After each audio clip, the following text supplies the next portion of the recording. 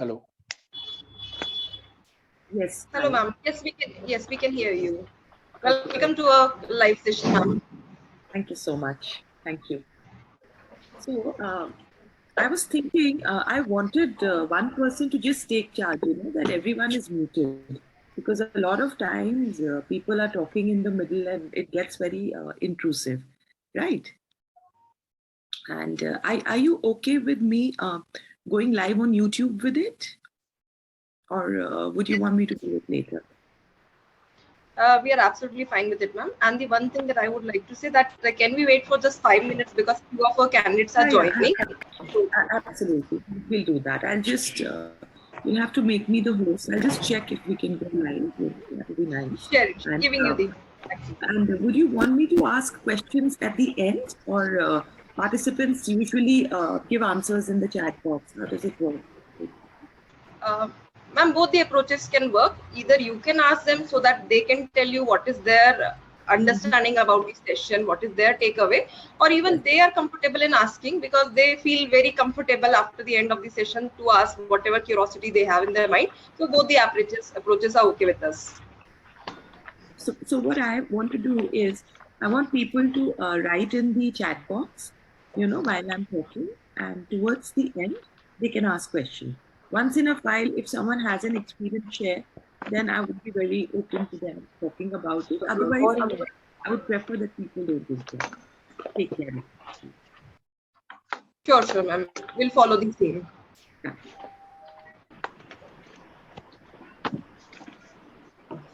Ma'am, you are on mute. Yeah, just let me know when everybody's logged in. Sure. I'll definitely let you know.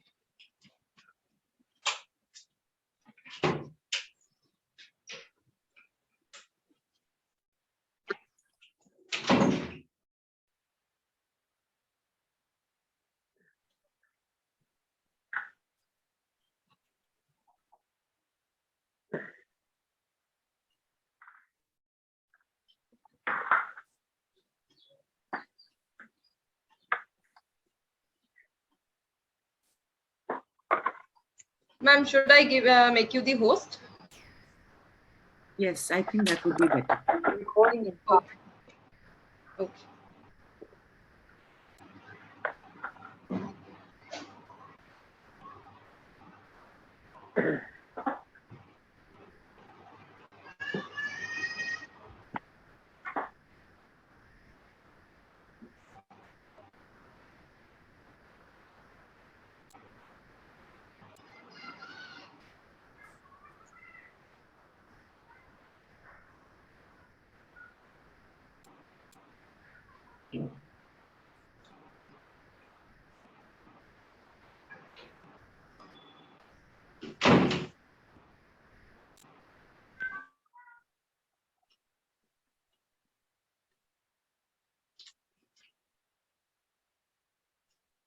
Ma'am, if I make you the co-host, would it go, or the complete access has to be given? I'm not so sure, You can try as co-host. I'm trying to go live on YouTube. Let's see if that works. Okay.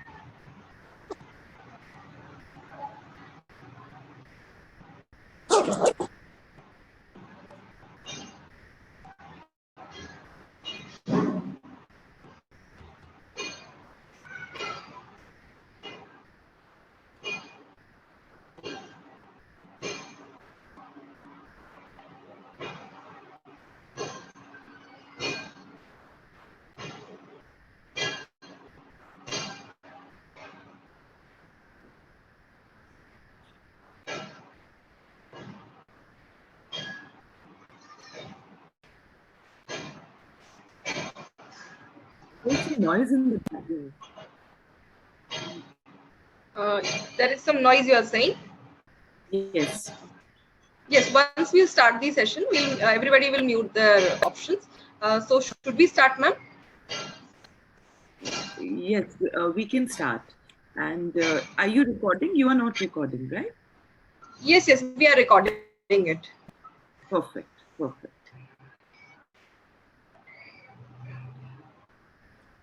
Just give me a minute. Just trying to do it.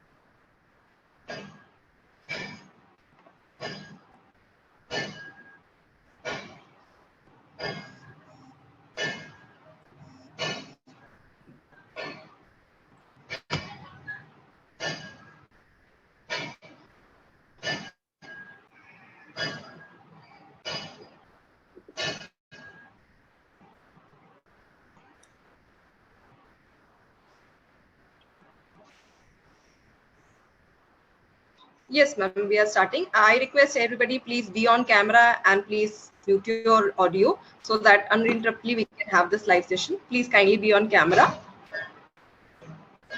All right. Good evening, everyone. Good Yes, good evening. evening, Bhavna. Please proceed. Good evening. Okay. So today we have Pragati Sureka. She is an IIM Kolkata alumna, NET UGC qualified, Harvard accredited global mental health psychologist with over a decade's experience in training, speaking, psychotherapy, and preventing mental health care. As a PhD scholar on emotional well-being, researching and developing practical tools for daily mental health care self remains a core set and passion. So now over to you, ma'am.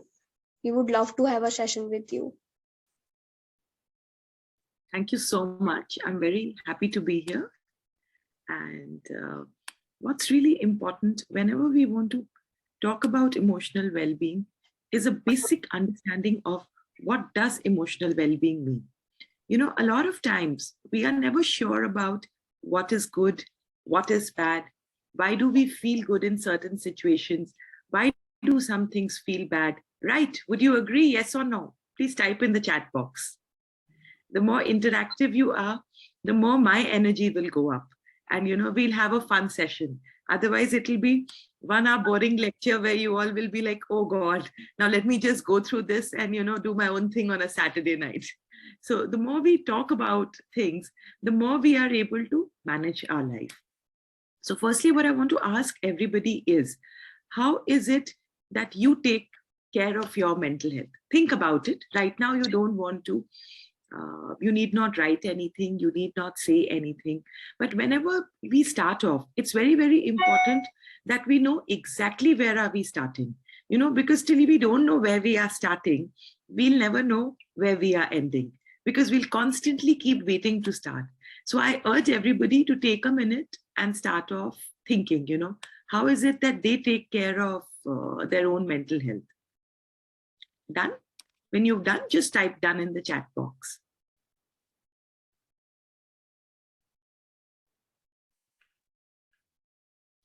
Perfect. So I will start off with one basic question for all of you is, why do you need to take care of your mental health? Now, as budding psychologists, we often think that we can fix up someone else, but we need not do anything for ourselves, right? We often think that it's okay. Others need to take care of their mental health. We are the fixers, you know, we are going to help them sort out their problems. I am very good. I need not do anything, right?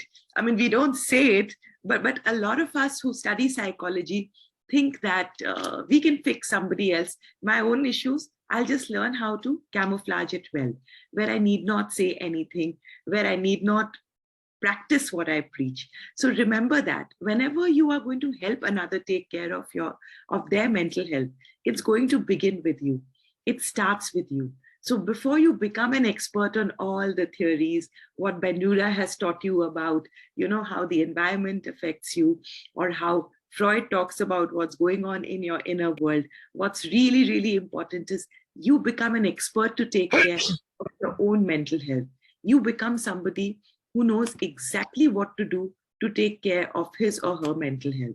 No excuses, nothing, but you are somebody who knows exactly how to take care of their mental health. So why do you need to take care of your mental health? One simple fact, you need to take care of, ma'am, can I request you to pause everybody? Yeah. You need Yes. you need to take care of your mental health, because your entire emotional, psychological, and social well-being is covered in your mental health. Now, the way you take care of your mental health will affect how you think, feel, or act. And it also impacts how you handle stress, how your attitude is. And it's important at every stage of your life. You know, right now, all of you are doing a master's program in psychology. Some of you may be holding on to other jobs and using it to enhance an aspect of your career. Or for some of you, you may just be beginning.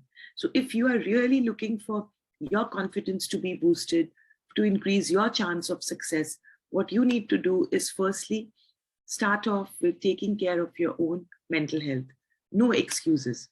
Now, many a times we feel that others decide how we are going to proceed in life. But what we forget is ultimately it's all about us. Now, when is it that you know that your mental health is not optimal? Some of the early warning signs are when you eat or sleep too much or too little. Our basic body functions. When we talk about our mind, our basic physiology, how we eat, how we sleep, what are we drinking, do we have clothes to wear? They are very early warning signs. So are you eating too much or are you eating too little? Are you having problems with the clothes you wear? Now you may think that's so basic, but some of us you will see like to take care when we get up in the morning, wear decent clothes, wear clothes which are suitable for the occasions. If it's summers, you're wearing light, airy clothes, breathable clothes. If it's winters, I know in Chennai, it's always sunny in Chennai, for want of a better word. But when is it that the weather is not really there? Sometimes you will see some people who seem to have a muffler even in peak summers, or they will, huddle up in a jacket, even though it's scorchingly hot. So the clothes we wear, and whether we are feeling too hot or cold with the environment, whether we are sleeping too much or sleeping too little, our eating pattern, they all are early warning signs that something is not right. The next warning sign is when we have little or no energy, where we are constantly tired. Yeah, I have to sit for a lecture, but I'm so tired. God, I've had a rough day. Then again in the evening, I have so many things to do. Even the thought of going out or something just bogs you down. You're constantly doubting yourself and you constantly feel as though it's difficult to carry on in life. So if this is what is describing you, then somewhere your mental health is not as supportive as it could be. Third is languishing, where you have little motivation to do anything. You're constantly feeling numb, as though nothing matters. Another very pertinent sign of your mental health being challenged is if there are constant fights, if you're yelling, if you're feeling that, moment someone tells you something or doesn't tell you, you're constantly going on the defensive, where you are never able to hold on to your thoughts. There's some people who are constantly having fights. Now, some of us do live with people who may be perhaps making us have challenging moments. But if you are constantly getting into fights, means your anchor, that is shifting from a stable emotional set point. So you need to start taking care of your mental health. And one more sign is when you're constantly forgetful, distracted, worried or scared. Now, most of us, love to fiddle on our phones, whatever is going on, Okay, you're talking to someone, you're listening to a lecture, pop, a WhatsApp message comes and you tend to glance it. So if you're constantly distracted, means you're not able to focus. Now, if you are distracted, let's say if you're in a lecture, if you are doing things, your brain learns that it's okay not to focus on anything. Now, can any of you identify with these signs? And if you would like to talk, you can raise your hand, or sometimes where you have struggled with these kind of warning signs, and what is it that you do to take care of yourself? Anyone? Ma'am, good evening. Good evening. Yes, ma'am, though I didn't have any of the warning sign, but generally I try to keep myself, I take care of my mental health by generally getting away from negativity or doing something which actually gives me happiness or gives me fulfillment for that matter, so that I feel useful, that yes, I am doing something for myself and I'm spending time on myself. Without thinking that what others will tell or what others will think about me. That's the way I take care of it. Maybe indulging in some hobbies, which actually helps a lot. Great. So that's a good way to look at it.